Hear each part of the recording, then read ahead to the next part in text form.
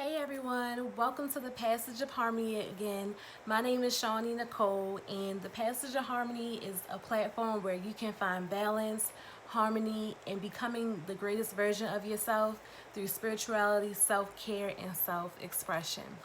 So today I wanted to talk to you guys about something that has been dear to my heart, and I don't know why, it's just the new shift in the atmosphere right now. It's October, it's fall season, and I just feel rejuvenated. I feel very refreshed. And today I really want to talk to you guys about cultivating inner peace. Um, so let's just get right into it. So recently I've been going through a lot of different changes, and it's fourth quarter, right? It's October 2020, and this fall season just about harvesting and seeing transformational growth in your life. And the biggest thing for me was, well, one of my biggest prayers was that I really, really wanted inner peace. I had so much going on, so much chaos, and I've never been diagnosed, but I do have a lot of anxiety. I do worry a lot, I overthink, and God has just been transforming my mind, transforming my life. And so I know there are so many people out here that are going through the same things.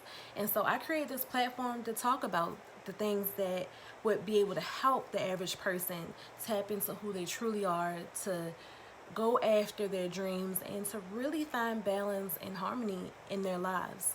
So, to me, the key thing to starting and having an amazing life is to cultivate inner peace.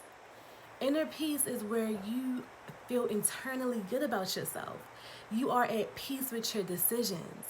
You are at peace just because you are alive, right?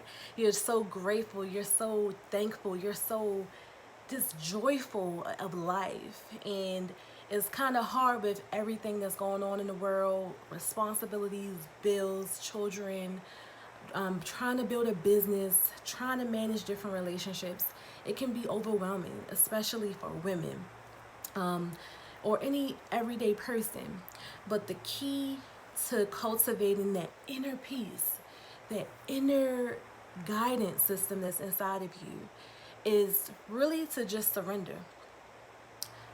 I've realized these are the keys to cultivating inner peace. And the moment that I surrendered and I stopped trying to have everything figured out, I realized the inner peace, the inner chatter stopped. When life happens, we tend to get wrapped up in the stress and the worry because we're trying to have control over an outcome. But when you surrender and you just stop resisting or stop trying to have control over an outcome, that's when the peace just comes internally. It comes mentally, it comes spiritually, it comes physically. I've realized that everything in life is really about ebb and flow. Everything has to be in motion. Everything has to be going very graciously.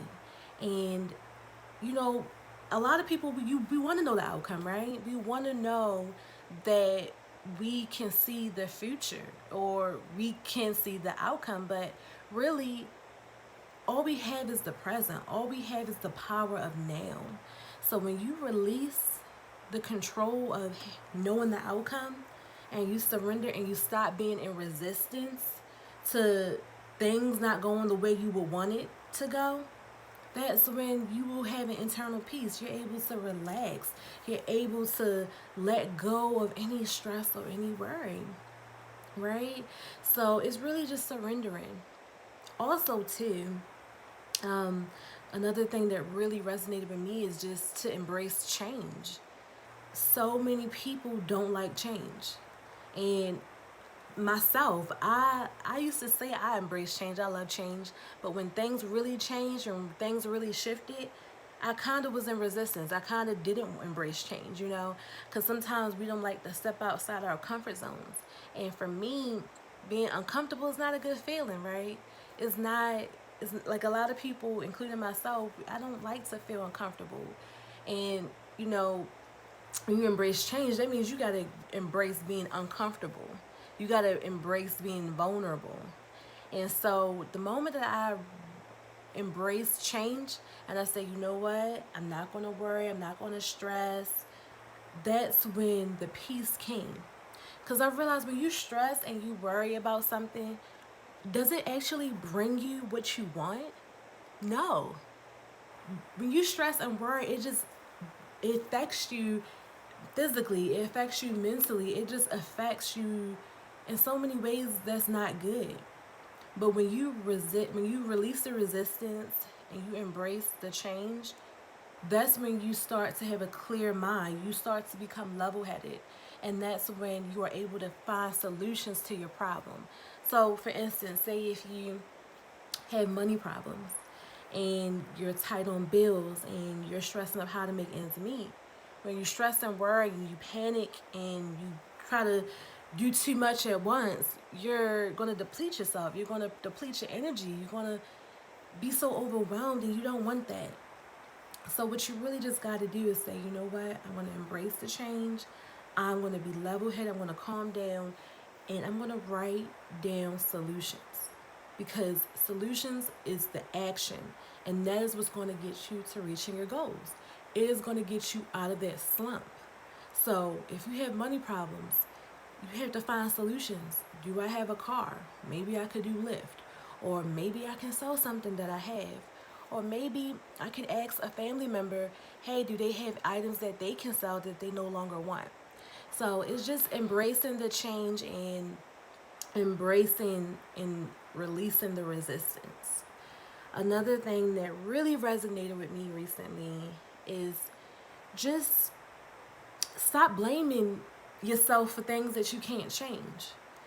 Um, I found myself for so long blaming myself for a situation that I was like born in. You know, if you come from a family history of like, let's say childhood neglect, um, or childhood emotional neglect, and you tend to get mad or blame like, oh, why didn't I have my dad in my life, or why couldn't I have this? And when you keep festering and worrying about the past and worrying about what happened to you, that's when it again you're stuck in the problem. There's nothing wrong with reflecting because we all should reflect on where we've been, and that helps us to understand where we are now. But you have to be level-headed and you have to think of solutions. So I realized that I need to stop blaming myself for my past. You can't control the family that you were born in. You cannot control the environment or the house that you were raised in, right? You can't help that. So what can you control? What can you like? What can you improve on?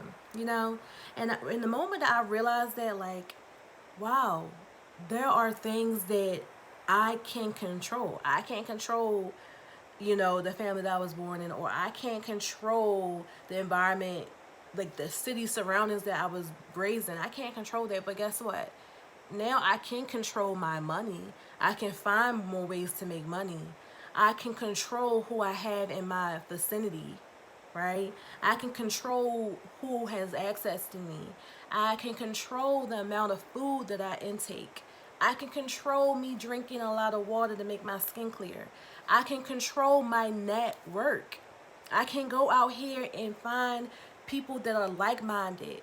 I can control learning how to goal set, right? Setting goals and creating a vision for myself. I can control learning how to elevate myself mentally, physically, emotionally, and spiritually. So when you realize the things that you can control, the things that can help you become a better person, that's when you start to shift, and that's when you start to embrace the change and you make the changes. I'm a big believer in the law of attraction, but one of the biggest things that they left out, and a lot of people aren't aware of this, but the biggest thing about the law of attraction is that it is closely tied with some of the other universal spiritual laws. And the other spiritual law that is closely tied with that is the law of an inspired action.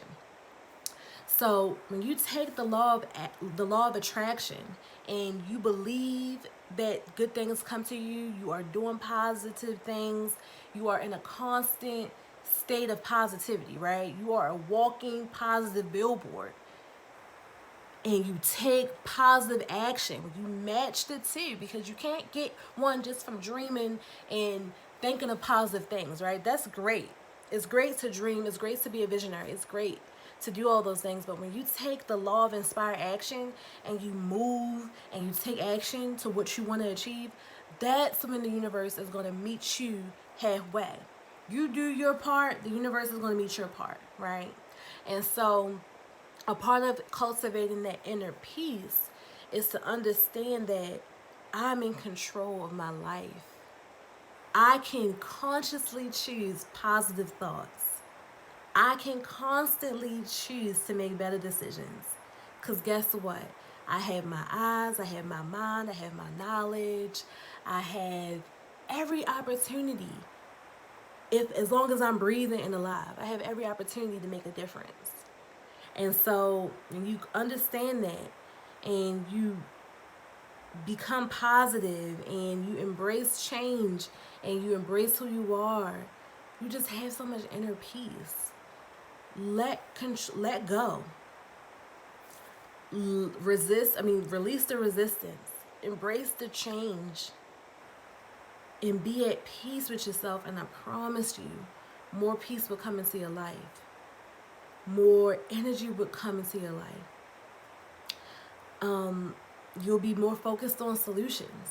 And then another thing too, when you cultivate this inner peace, you will start to just have, again, with the law of attraction, you'll start to have positive things just drawn to you.